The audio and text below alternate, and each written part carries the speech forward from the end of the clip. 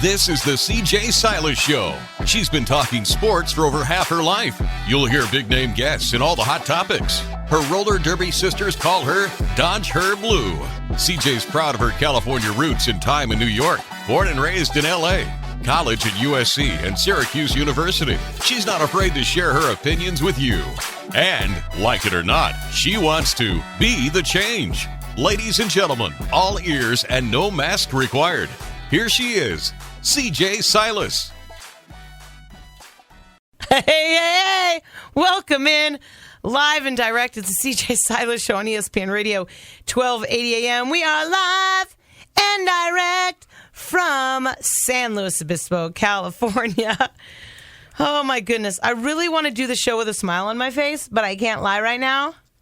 We had a little drama at my house, and it's keeping me from being happy. And if I could have called in sick today, I would have. I'm just being honest. And I'm very passionate about the topic that I'm going to discuss in just a couple minutes. But I just need to tell you that my dog has been injured, and he did something to his shoulder probably like 6 weeks ago.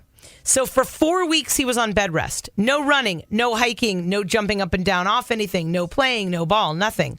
And today, and then 2 weeks ago, he'd been going to the chiropractor. Rex Stevens was adjusting him. He was on CBD. He was doing really well. And about 2 weeks ago, I let him start doing things again. So for 4 weeks, I did everything without him, running, hiking, everything I do with my dog. He is my best friend. He's with me everywhere. He's family. And today, after 2 weeks of coming back and going forward, running and hiking and being fine, he was running with his best girlfriend, and he slipped. And he is not putting down his left front leg. And it's shaken me. So I did all my prep on the show, and then I went for a run because I had to my head. He's in the car. I haven't even let him out of the car yet. He's usually here with us. I'm not lying. So it's a little bit of a distraction. Some people might not get it. That's fine. You don't have to get it, but it's a difficult position to be in when your best bud is maybe injured and there's nothing you can do about it. Thank you for letting me say that, and I'm going to be okay, and I'm going to do the show with a smile on my face, and I'm going to go get him in a bit during a break and see how he's doing. And then I tried to get him to eat an aspirin, and he really battled me, and I tried to close his mouth and make him swallow the aspirin, and he kept pushing it out the side of his mouth. I was so mad. I'm like, it's going to help you. Besides that, it's a big show because Qadry Ismail is going to be live with us in about 15 minutes from Baltimore, Maryland. He does TV in Baltimore. He is a Super Bowl champion from Super Bowl 35 when the Ravens beat the Giants. He was an All-American in football and in track, one of the only two-sport All-Americans at Syracuse since Jim Brown. He's got 3 athletic kids. He runs a training facility in Bel Air, Maryland, and he's going to be on the show, and we're going to talk NFL. We're going to talk a little bit. I want to get his take on Deshaun Watson. I want to hear about Lamar Jackson and the running game for Baltimore as well. JJ Koski, a wide receiver for your LA Rams, will be on the show. JJ Koski went to Cal Poly, and he's on the active roster for the LA Rams. He's going to join us as well a little bit later in the show. They lost a tough game against the 49ers on Monday, and they have this week off, and they play against Green Bay next weekend. That's what's coming up on the show. Black History's coming up. Your best Thanksgiving sports list is next week. I am going to read your lists on the show after I give mine, and what I want, and be clever, what I want is you to be clever. Okay, I already said it, be clever. Your favorite and most thankful things, like for me, I'm thankful that we had an Olympics this year. That's one of my thankfuls. I'm thankful that the WNBA is as incredible and aware and present to be the change in this world. I'm thankful that we have fans back in the stadiums and back in the gyms and the arenas. That's what I'm talking about. Your sports thankful list. Send it. They go to Instagram. Go to Instagram, and that's how they enter. Okay. And I'll read the best ones, and then we'll give away prizes next week. We're also going to talk about the games that are happening on Thanksgiving Day, a little NFL. I think most of my kids are going to be out of town because they're all going to go home for the holiday next week. I don't think anyone will be here. Does anyone live locally on our staff? I don't think so. AJ, we got to give him the key. AJ will be here. That's next week. And the contest, it's the last Wednesday of the month. We always give something away on the last Thursday of the month. Why would I? Wait, Wednesday. Sorry, Wednesday. Thanksgiving's Thursday.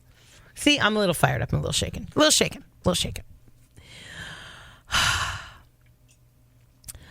I'm also annoyed and fired up by a story that I read about today. I can't believe it took me this long to read about it. I read about it in USA Today, a couple other articles, and I really realized that the fate of women and the powerful men who run countries and businesses, nobody really wants to know what happened. The hashtag #MeToo movement from 2018 has created fairness, voices, and awareness, but I still feel like, especially in sports, that nobody wants to know about it. The revelations of the Me Too movement that showed all of the men that had sexually abused women with almost no consequences in sports radio, sports TV, Hollywood, private offices, major television networks, the music industry, politics, corporate America. It's now fair game to talk about it. However, if it happens in a country that doesn't have a free press, that is corrupt, and there are no limits on the actions of powerful men, it's even more creepy and awful. People don't want to spend time thinking about it. And if you do come forward and you talk about what happened to you behind closed doors, something you might have been ashamed of or embarrassed by when it comes to sexual assault, if you come forward with it in certain places in the world, bad things can happen to you. It's 2021, but things can happen to you in countries where there are no rules. And thank you to tennis star Naomi Osaka, who brought it up, and I saw it because I follow her everywhere. And a fellow player of hers made a sexual assault allegation against a top government official in China. Do you guys know about this story? Her name is Peng Shuai. And the hashtag "Where is Peng Shuai" is what is prevalent and relevant right now. And if you haven't been following the news, Naomi Osaka is going to let you know about it. And so is Novak Djokovic and the WTA and the U.S. Men's Association, tennis associations. She is missing Peng Shuai after revealing on Twitter that she was sexually assaulted by a powerful man in China just 2 weeks ago. And Naomi Osaka, in her tweet, says censorship is never okay at any cost. Other leading players, including Djokovic, are shocked by the situation. Men's and women's professional tours have called for a full investigation. This story is worse than anything that we probably ever would have thought of in our life. People don't want to know about rulers of other regimes.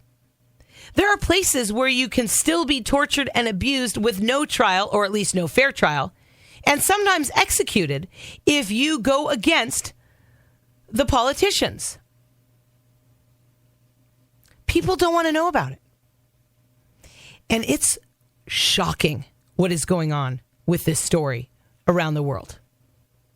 It's not just shocking, but people don't want to spend time thinking about what could have happened to this young woman. A high-ranked women's tennis player has gone missing in the country of China. It's just a reminder of corruption and brutality.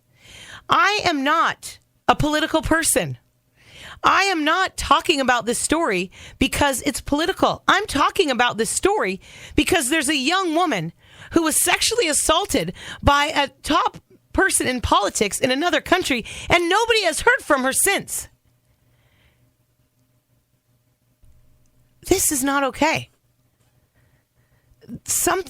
If this had happened in this country to, let's say, a white young woman, we probably would know more about it. Even if this happened to an American in another country who was white, we would know more about it. The person that she accused of this is pretty close friends with the prime minister. That makes it even worse.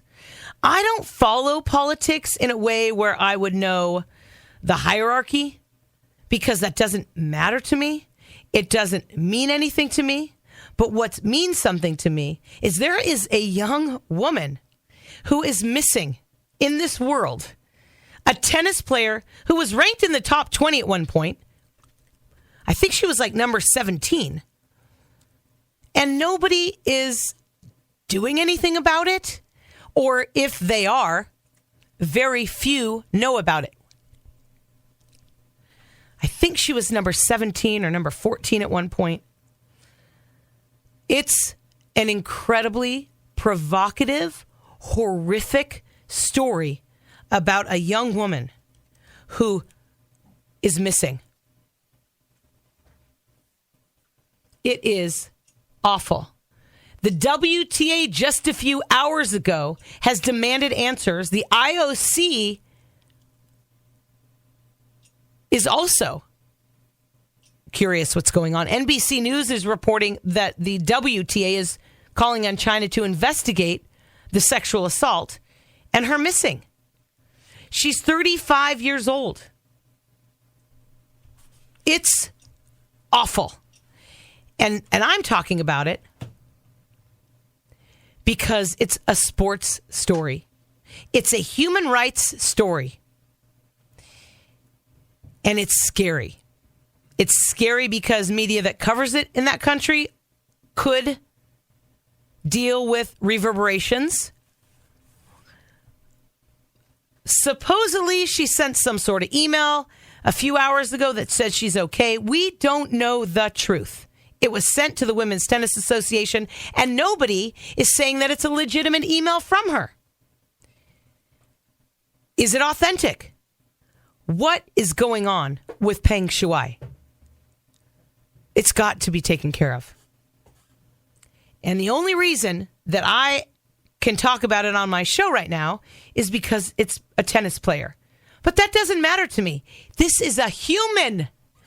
A human. Shaken up. Shaken up. Thank you, Naomi Osaka, for bringing this to light. And I think after Osaka and Djokovic came forward, I think even more tennis players and broadcasters in the world of tennis have come forward and voiced their concern about her. All I know is that it's 2021. And I am mortified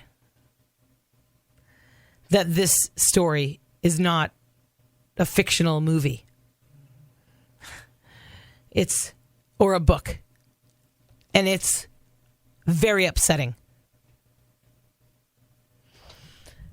I'm going to switch gears. I've got to, because we have Qadry Ismail coming up in just a few minutes. JJ Koski will also join us a little bit later in the show. I do want to celebrate Black history, as we do every week on the CJ Silas Show, celebrating brown and black people in the world of sports, civil rights, music, those that have not been honored and those that have, just to continue moving forward while we use this, our microphone, to do the right thing. Russell Wilson, born November 29th, 1988, initially played college football and baseball at NC State before transferring to Wisconsin. He set the single-season FBS record for passing efficiency, led them to a Big Ten title, and the 2012 Rose Bowl. He's been named to 8 Pro Bowls, started in 2 Super Bowls, winning Super Bowl over Denver. He holds the record for most wins by an NFL quarterback through 9 seasons, one of 4 quarterbacks in NFL history with a career passer rating over 100. During the NFL season, Wilson makes weekly visits on his days off to the Seattle Children's Hospital, also visiting with soldiers at Joint Base Lewis McChord. In the offseason, Wilson hosts the Russell Wilson Passing Academy, a youth football camp in several cities. In 2012, proceeds from the camp went to the Charles Ray III Diabetes Association, for which Wilson is the national ambassador. In March of 2020, Wilson and his wife Ciara partnered with Food Lifeline to donate 1 million meals to those in need as the pandemic began.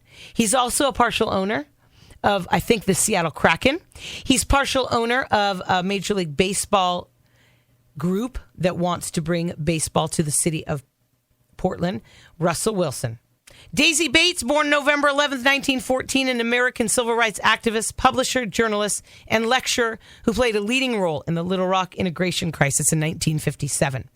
Bates became president of the Arkansas Conference of Branches in 1952 at 38 years old. She remained active and was on the national board of the NAACP until 1970. She and her husband were important figures in the African-American community in the capital city of Little Rock. They published a black newspaper, the Arkansas State Press, which publicized violations of the Supreme Court's desegregation rulings.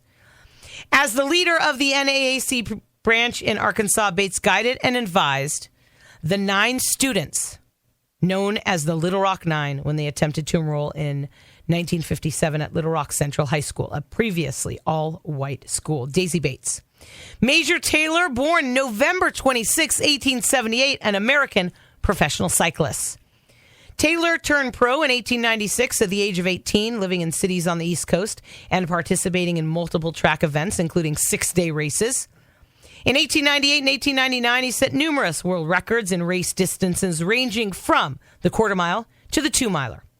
Taylor won the 1-mile sprint event at the 1899 World Track Championships to become the first African-American to achieve that level of cycling world champion and the second black athlete to win a world championship in any sport.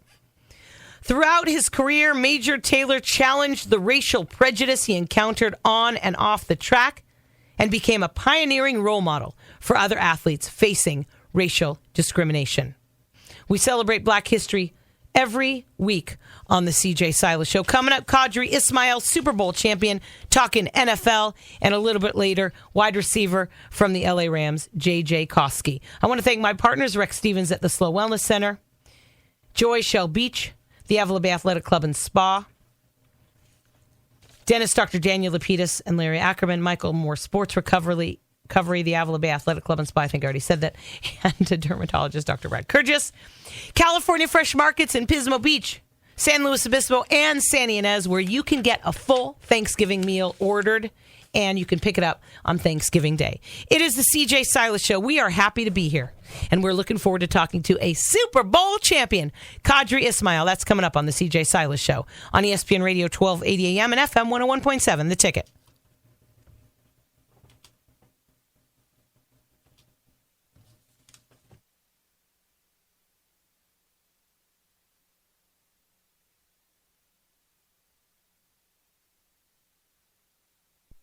The CJ Silas Show is back. Make sure your seats are in the upright and locked positions. Carry-on luggage stowed and opinions intact. Here she is, CJ Silas. Welcome back to the CJ Silas Show. Coming up, JJ Koski from the LA Rams, and we are waiting on a call from Qadry Ismail. I went to break for a minute, and my interns didn't have any information and didn't know the story that I was talking about, and of Peng Shuai, and it's hard to even talk about it, but it's a real story, and it's not a book, it's not a movie. This is a real human being. And if you read the email, CNN has the email that says she's fine, but it's not been verified. And it's horrific because of the allegations of sexual assault by a former top leader in the Communist Party. And they sent it to the WTA, the CEO, and a lot of people are having doubts that this email is legit, and people want her to speak, and nobody has heard from her. Her post on China's Twitter-like platform was deleted after 30 minutes of it being up there, and so many people want to know what's going on. Hashtag, where is Peng Shuai? Billie Jean King is now getting involved. Former world number one Chris Evert is getting involved, and it's all been going on over the past few days, but Naomi Osaka mentioned it, and that's how I found it, and that's why it's demoralizing and upsetting, and it's really it's made it difficult. And I'm trying to keep my head, because the more the story unfolds, the more depressing and crazy it really seems to be. And I'm really hoping that I'm going to change it. I'm going to actually change it, and I'm going to wait, and Qadry's going to call me, and we're going to talk about some NFL, and we're going to be good. We're going to just keep doing this show. And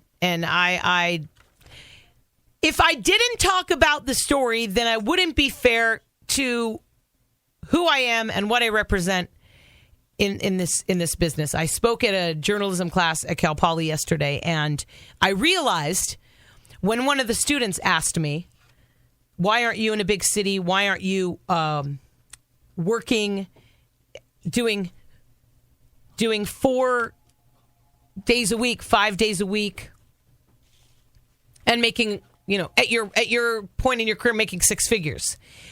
It seems like you're floundering in this small town. He didn't use that word. And it really made me realize that I choose to be in this space and do the show this way because of stories like this.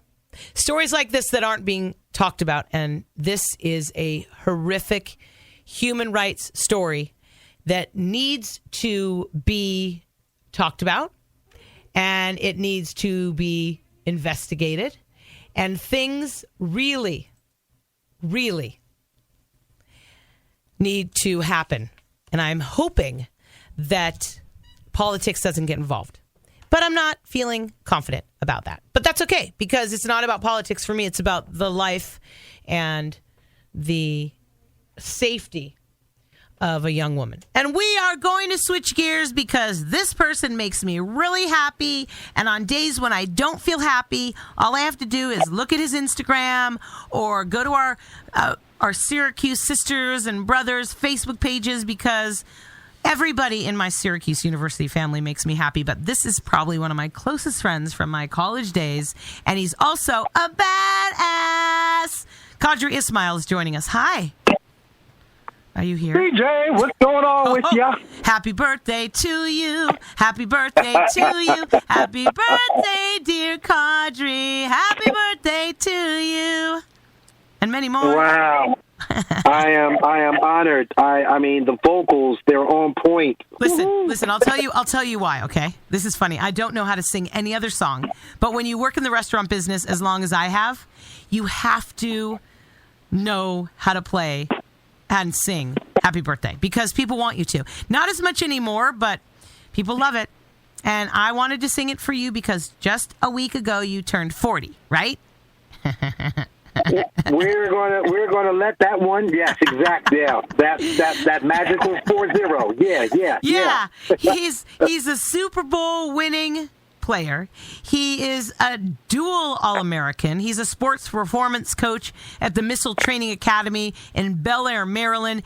And he is my friend Qadry Ismail, joining us on the CJ Silas Show. I want to talk about Lamar Jackson. I noticed he didn't practice today for the Ravens. He's sick. Supposedly it has nothing to do with COVID, but he should still play against the Bears on Sunday, right? Yeah, we're anticipating him being okay. Him and his center, Bradley Bozeman, both were out today at practice. They were sent home. But I think it's just one of those things where, that time of the year, the weather changes over and the immune system can kind of get a little wonky, and they were just throwing caution to the wind. But, all systems are go, and things are pointing towards him playing. When you look at the Baltimore Ravens and you think, okay, from the outside objective, I'm going to try to, decide what their biggest weakness is. And it looks like the running game's been struggling, but Latavius Murray should be back after missing a few games with that ankle injury. Le'Veon Bell is gone. How are the Ravens going to improve this? Because Greg Roman, the offensive coordinator, maybe Tyson Williams needs a little more playing time, but I want your educated opinion because you're there and you go to all the games and you are an expert. Well, I will tell you this. The running game, as crazy as it sounds, it's still number one in the league.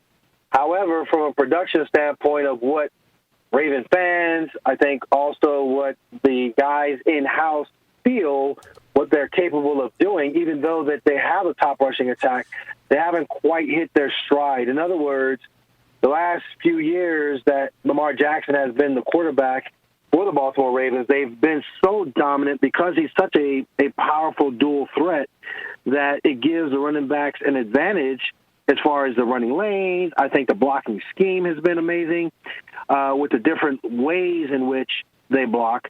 But unfortunately, I think due to injuries with the running back scenario, and obviously you pointed out Latavius Murray, obviously no longer on the team is Le'Veon Bell, there have been kind of a revolving door to see what running back can really match the level of production that we've seen from Lamar Jackson. So I think with Tyson Williams, what I believe John Harbaugh is trying to get across, whether it's cryptic or whether he's just blunt with him, I think the overall picture of what is a running back, making sure you understand your assignment and running the ball and breaking tackles, but it's also about pass protection. It's also about running the right route when you're in the backfield going out for a pass pattern. It's also about being that guy where you're trying your best to get on the field, and sometimes, especially in the pro game, if you're not the starter, that special teams play, you better be all in on it. And I think that's something that for Tyson Williams, he has to figure out for himself. He won a Super Bowl in 2001 with the Baltimore Ravens. He was drafted by the Vikings in 1993, 10 years in the NFL. Qadry Ismail joining the CJ Silas Show.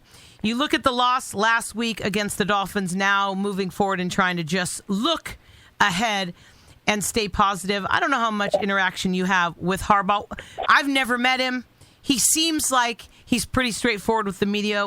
What are your interactions like with him? So for a time there, I was the one of the guys on the broadcast team, and obviously the interaction was pretty much on a regular. And I'll tell you, I mean, he was a straight shooter, is a straight shooter. He, very intense, very competitive when it comes to wins and losses. And sometimes the wins are great, and sometimes, unfortunately, you have those defeats. And so everything that I have, seen, interacted, and done with, John Harbaugh has been really productive and good. So, yeah, there's no, John is this kind of a guy. He's one of those guys where players like playing for him. You also got people who I'm sure on the outside, as far as the Raven fans, the fickleness of the Raven fan base is one where, when you're winning, they love you. When you're not, they're going to, have their strong opinions. And I think he's one of those guys that can weather that particular storm as far as being a consistent coach and being consistent with what he feels is best for his team. Another team in the NFL that's got some changes going on right now is the Carolina Panthers. Cam Newton is back as their quarterback. Well, he played a few downs, but he did not start this past weekend. But there is word that he might start Sunday versus Washington. P.J. Walker started, and the Panthers upset the Cardinals. How do you go from that, P.J. Walker, to a guy that literally hasn't even been around? Would that happen where just because he's a big name, he might step in front of Walker, who led the team to a upset over Arizona? Yeah, I think part of what you see with Cam, it's all right, where you're at as far as you being in shape, where you're at as far as, you're fit on the team. I know Matt Rule, in his mindset, he obviously didn't have necessarily a full-on Cam Newton package, but the fact that you got him, the fact that you feel that he can help your ball club win games, it really says an awful lot. And so, yeah, you just don't get a guy like that just to, sit him down and say, yeah, you're on our team and that's all. You're going to try to use his talents and find ways to get him involved. I think they've done that. But, somebody else has to sit. And so if it is the case in which you're, sitting behind Cam Newton, hopefully you're sitting there taking some copious notes and getting better. I like that. He's Qadry Ismail joining the CJ Silas Show. We went to school together in Syracuse. He's now a high-level sports performance coach, the Missile Training Academy at the Sports Factory in Bel Air, Maryland. He's also Super Bowl champion. He's also just an amazing guy and an incredible dad. And I don't care if anyone wants to hear this or not, but even though we're live on the radio, I want to hear an update on the kids. I know that Kadir had his last home game with Villanova after that torn thumb ligament. I saw that he tore his thumb and then he had surgery, and so many people thought he was going to be out for 12 weeks. But because his dad is a high-intensity level sports performance coach, he was back in 4 weeks. How's he feeling? Feeling really good. They actually have a chance to win the CAA and get an automatic bid to the FCS playoffs. His first game back was against JMU, who at that time, I think they won 19 straight home games. They had some ridiculous record for interconference games that were won. They hadn't lost since, I think, 2018. They were ranked at that time number, I believe, 2 or 3 in the nation. So Villanova pulls off the big upset. I was happy that, my son was involved in a part of it. That was really cool. I think that's something, for them, it's, all right, you guys did that, now what? And that's where, for me, it's the cool part about, being a dad and obviously, being a sports performance coach, because you get a chance to, really talk up, the game and talk up what can be done and should be done and all those things as far as the preparation phases of playing, football. And so what I love about it is my son is in lockstep with me. And what I mean by that is that he's like, yo, Dad, all right, what do I need to do to be better?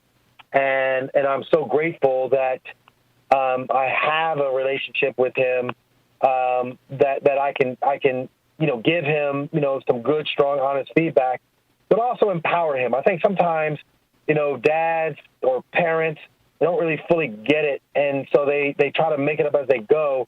Whereas, yes, I do get it. I have the lens and understanding on how to help him, but it's not me, the dad. I say I'm your consigliere, and I can help you understand what you need to do and give you the wisdom. But I'm not going to say it's my way to highway. You're going to have to make those different bold decisions to help yourself, and he does. And so, I'm excited to see the outcome of this upcoming game against. They have their rival, Delaware, so this is going to be a big week for them to go up against their rival, and hopefully they'll come away with a victory. I think Delaware has kind of been reeling the last couple of weeks as far as their play is concerned, and I think this will be a great win and propel them into the FCS playoff. And Kalia is now, after finishing her basketball career at Princeton, she's now working in admissions. And Qadry, is Qadry the baby? Is Qadry the old? No, Qadry is my middle. Middle, okay. He actually he's concluded his career as well, and he is now. It's so funny too because both Kalea and Qadry. For Kalea, obviously, yes, she does her thing with NCSA and recruiting, and does a phenomenal job with it. I love it.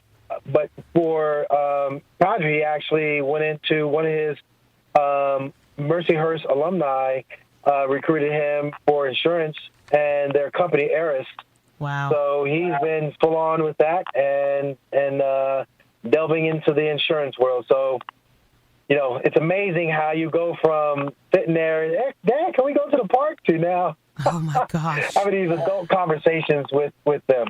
It's so crazy that you and Holly made 3 kids, and they're all adults, and we all knew each other when we were kids at Syracuse. Listen, I always love having you on my show. I wish you the best. I want to see you in person so bad soon. As the next time I come out to see my family on the East Coast, we've got to spend some time together. Or maybe we'll get to a coming back together event at Syracuse, because I think I went to one. You weren't there that year. Have you been to one yet, a CBT event?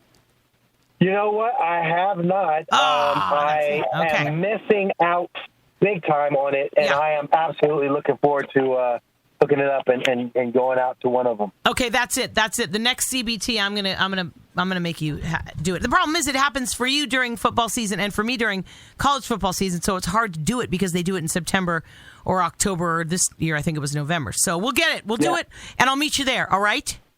Yes, okay. Let's do it. Absolutely. Okay, birthday boy, I love you so much. I'm so appreciative of our friendship and the fact that you are around and successful and amazing. Thank you so much. Take care.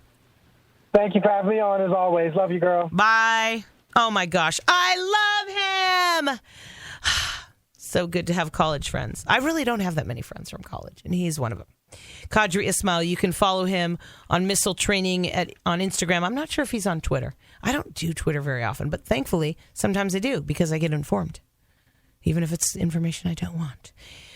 Coming back, we go from a retired NFL player who won a Super Bowl to a first-year player who went to Cal Poly. And he's playing for the LA Rams. He's on the active roster, and it's going to be really, really cool to catch up with him. He is JJ Koski. That's coming up next. You're listening to the CJ Silas Show on ESPN Radio 1280 AM and FM 101.7, The Ticket. We're back with the CJ Silas Show on ESPN Radio 1280. Here's CJ.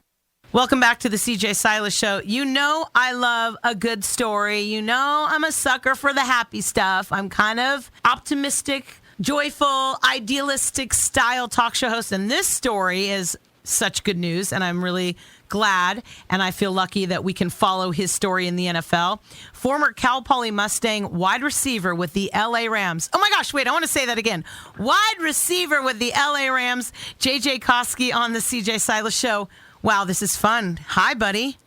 Hey, how's it going? It's going well. Are you still kind of in this wonderment stage of signing as a free agent, and now your name can be said, wide receiver for the LA Rams? What does it feel like?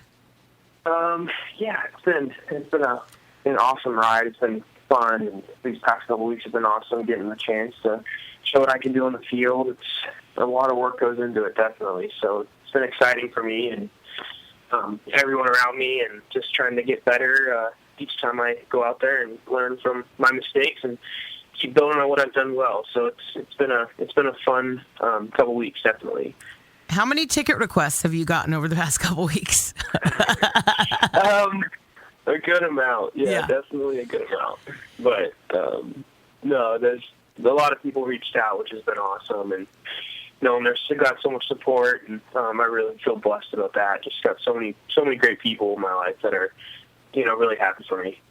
I've been covering Cal Poly sports for a long time, and there are not that many that I can call an NFL player. We've had every single one that's ever made it to the National Football League be on the CJ Silas Show, and it's been a little bit a while, so it's pretty exciting for everybody to follow along in your journey. In April of last year, you signed with the Rams as a free agent. Then you hit the practice squad later in the year. Then you got waived, and then into 2021, you signed, and then you got waived, and then you became a member of the active roster just a couple weeks ago after Deshaun Jackson was released. It's not though you weren't proving yourself, because during the preseason, you really showed the Rams the kind of wide receiver you can be. Did you ever stop working out? Has it always been just a plan? I'm not giving up. I'm doing this until it happens. I think in this type of situation, it's just you got to take it one day at a time. It's such a process and such a so many things that go into it that you will really just look at it one day at a time, and really perfecting your craft, and I think that's what I've been trying to do over the past, past over a year. It's my second year with the Rams, and just you can't look too far down and just stay in the moment. And once I do that, I feel like I'm in a good spot. And definitely, just staying in the moment is a big part of my game and a big part of how I believe I'm going to get better each day. So that makes it a lot easier when I just have that mindset going into each week and each practice, each game. Where did you learn that concept, the in the moment? Because not a lot of young people have that. I think just with the pressure of everything, and just our coaches always preach that as well. I think that's a good way to handle everything that's being thrown at you in this game. Is just if you stay present and stay locked in, everything else kind of takes care of itself. And that's something that I found has really, really helped me mentally and just being the best I can be when I go out there for that short amount of time. He's from Danville, California, spent 5 years as a Cal Poly Mustang, 121 catches, 2,311 yards, and 18 touchdowns. Wide receiver number 17 from the LA Rams, JJ Koski, joining the CJ Silas Show. It's so exciting to have you on the show and to see what you can do. And I think about guys that come to Cal Poly, because let's be honest, Cal Poly's not a typical football school. In fact, when I got here, JJ, covering the school, it really wasn't even a school with high-level athletics, and it's really shifted. I've been here almost 20 years, and to watch so many of you get out at all different sports, at all different levels, and continue playing in the professional level, it's just amazing to watch. When you came to Cal Poly, or even in high school, how much of your being, your thought process, and your heart was focused on the NFL? That's a great question. I think that just when you're competitive and you have that competitive spirit, I think that's always kind of in your mind. Like, I think I have the talent and I'm good enough to play at that level. And I think for me, it's always just about staying humble and putting in the work. I think that, like I said, just staying present. And I think that was always in my mind, definitely. I think I was always good enough. I think I had the talent, and I think I had all the tools to make it. But I think you just want to stay just in the moment and not get too far ahead, not look too far. When I was a freshman, I just thought, okay, how am I going to get better this season? What can I add to my game this season? And in sophomore year, junior year, I just kept that mindset going into each season and didn't kind of make stuff too big, and just had a belief in myself, and definitely had a lot of coaches along the way that paved the way for me and just gave me a bunch of tools, and I just kept adding and just tried to keep getting better and always stayed humble through it all was the biggest thing for me. How many of those coaches do you keep in touch with? Actually, a lot. A lot of the guys, Coach Wall is super close with, Coach Kraft, Coach Alan Brown, he's actually at Eastern Washington now. Those are just some of the people who've been reaching out to me, Coach Kenny Mack as well. But just, a lot of the guys. It's my time at Cal Poly was so awesome, and just met so many great people along within the football community, and just it's pretty special to have that.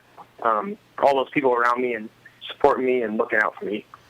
He's a wide receiver for the LA Rams. He joins a roster with guys like Von Miller, Matthew Stafford, Odell Beckham Jr. in a city like Los Angeles.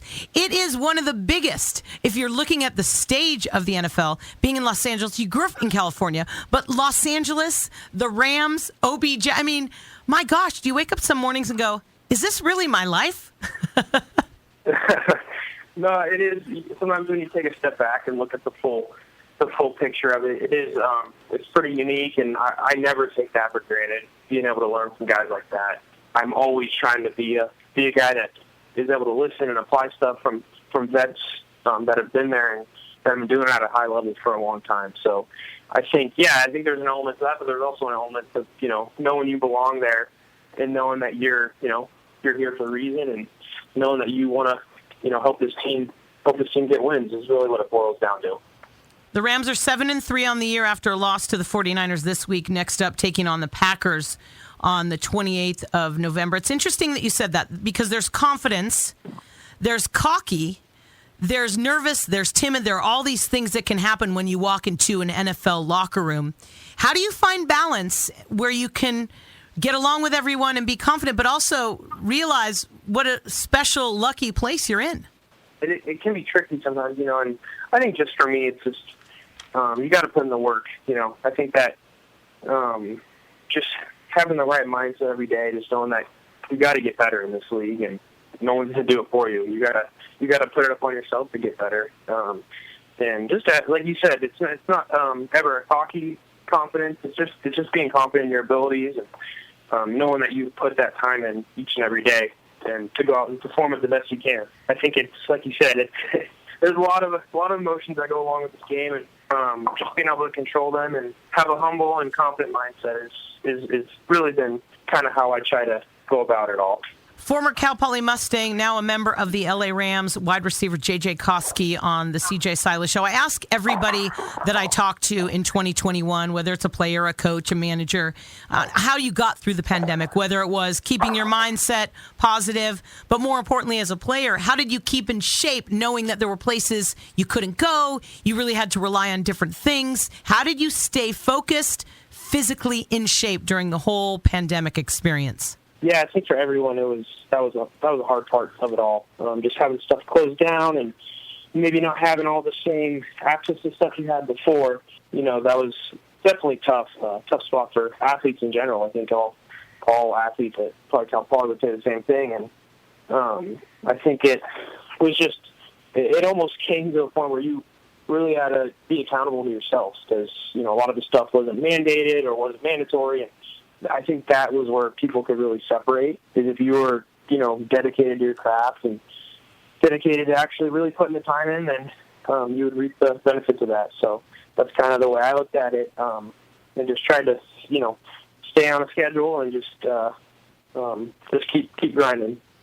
You obviously grinded it out, buddy, because you're on an NFL team now. You're not on the practice squad anymore. You're on the active roster, which is super cool. Everybody in San Luis Obispo is cheering you on. It's so fun to hear your name once in a while on the broadcast. Just keep pushing through, because when you work this hard and you have your mindset the way you do, you're going to make it. And right now, you are. Enjoy the moment. Thank you for coming on the CJ Silas Show. And when you get really big, don't forget us.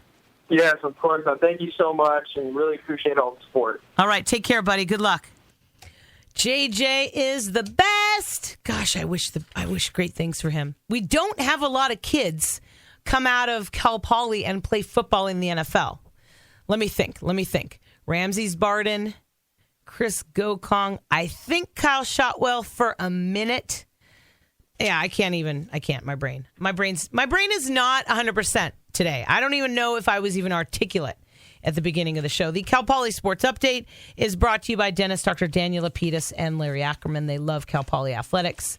They're always taking new patients now that they've expanded. They've been doing dental work, the two of them as partners on the Central Coast, for over 70 years. They open at 8 a.m., which makes it really easy, and they're in the Bishop Medical Center. Cal Poly women's hoops lost to Santa Clara 91-77. They did have 20 turnovers, which made for Santa Clara to get 17 points. The Mustangs were 6 of 14 from three-point range, 52% field goal. Next up, they're hosting Louisville on Tuesday at 5 o'clock. Hopefully, we will all be going to that game. I know I will. Men's basketball lost to North Dakota State, 60-57, with 15 lead changes in the game. Then they hosted Sac State and lost in that one by 1, 58-57. Two very close games. Next up, they're at the SoCal Challenge. Volleyball beat UC Davis in 4 sets. Tommy Stockham had her 4th double-double of the season. Then they beat Riverside, 3rd place in the Big West, and then lost at CSU Bakersfield. They're now 13-15 overall, 11-6 in Big West Conference play. They're hosting Hawaii this coming Saturday. The Big West Freshman of the Week is Tommy Stockham. Cross country, the Mustangs had a 14th place finish as a team at the NCAA West Regionals in Sacramento out of 35 teams. The diving invitational at USC, senior Joel Weltner and junior Max Powell were both named the MPSF Athletes of the Week.